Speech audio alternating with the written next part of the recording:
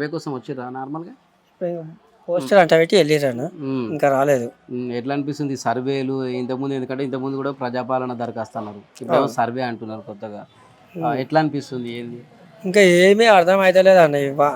ఈ రాజకీయము ఏమీ అర్థం అవుతలేదు.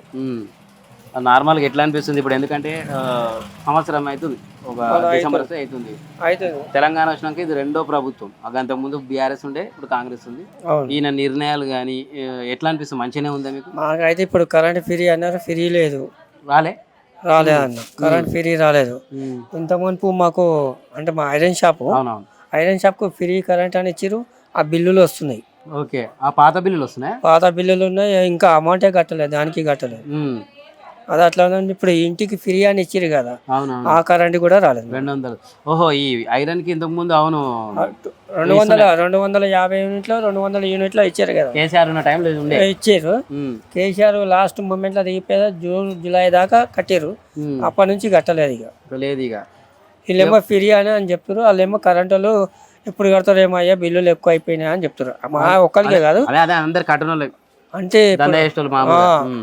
ఇలా రెండు ఉన్నాయి, మంగళ శాపాలకు మాకు ఉన్నాయి అన్నమాట. దానివల్ల మరి రోజు చూస్తుంటావు, వార్తలు చూస్తున్నావు, అది చూస్తున్నావు. ఏంది పరిపాలన ఏ విధంగా ఉంది అని నువ్వు అనుకుంటున్నావు? ఇప్పుడైతే ఇక అంతా మా హైట్తో తీసుకొచ్చి అంతా ఆగం చేసేసి అన్న, పబ్లిక్ అంతా ఆగం అయిపోయారు. పేదల పబ్లిక్ ఇచ్చేటప్పుడు కట్టేటప్పుడే ఇస్తేనేమో ఏం కాకపో. న్యాయానికి చెప్పాలంటే అది కట్టుకొని ఎన్నో అప్పులు చేసి కట్టుకున్నారట.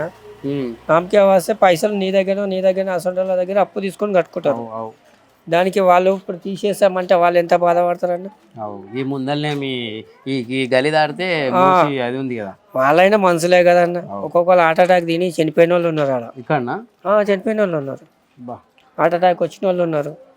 లంకల అవును, అలాంటి వాళ్ళు ఉన్నారు.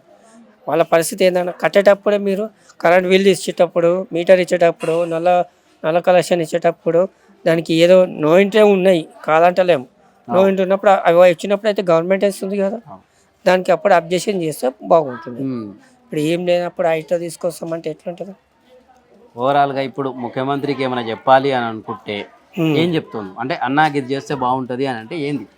వాళ్ళని ఇప్పుడు చూసి దానికి సెటిల్మెంట్ మీకు ఎంత మట్టుకున్నదో దాని లైన్ ప్రకారంగా గోడ కట్టేసేసేది. అప్పుడు నీళ్ళు అనేది ఇక్కడ రావు, అటే పోతుంటాయి. ఇప్పుడు ఈ లైన్ పోతున్నప్పుడు ఈ లైన్ నుంచి హైట్ గోడ లేపుర్రి, అలా కొన్నోళ్ళకి అబ్జెక్షన్ కాదు.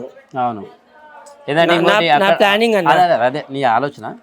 ఏంటంటే అక్కడ తీసుకొని షాపింగ్ కాంప్లెక్స్ అవి కడతామని అంటుంది గవర్నమెంట్, పార్కులు గిరుకులు.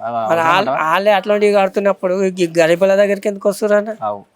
వాసానికి పెద్దలే వాళ్ళే కడుతున్నప్పుడు వీళ్ళు కట్టుడు ఏంటంటే, ఈ గరీబులు 150 గదాల ఉన్న వాళ్ళ మీదకి ఎందుకన్నా వచ్చుడు. ఇప్పుడు నువ్వు చూస్తుంటావు, రోజు కొంతమంది మాట్లాడుతుంటారు, మనం రాజకీయాలు చూస్తుంటాము.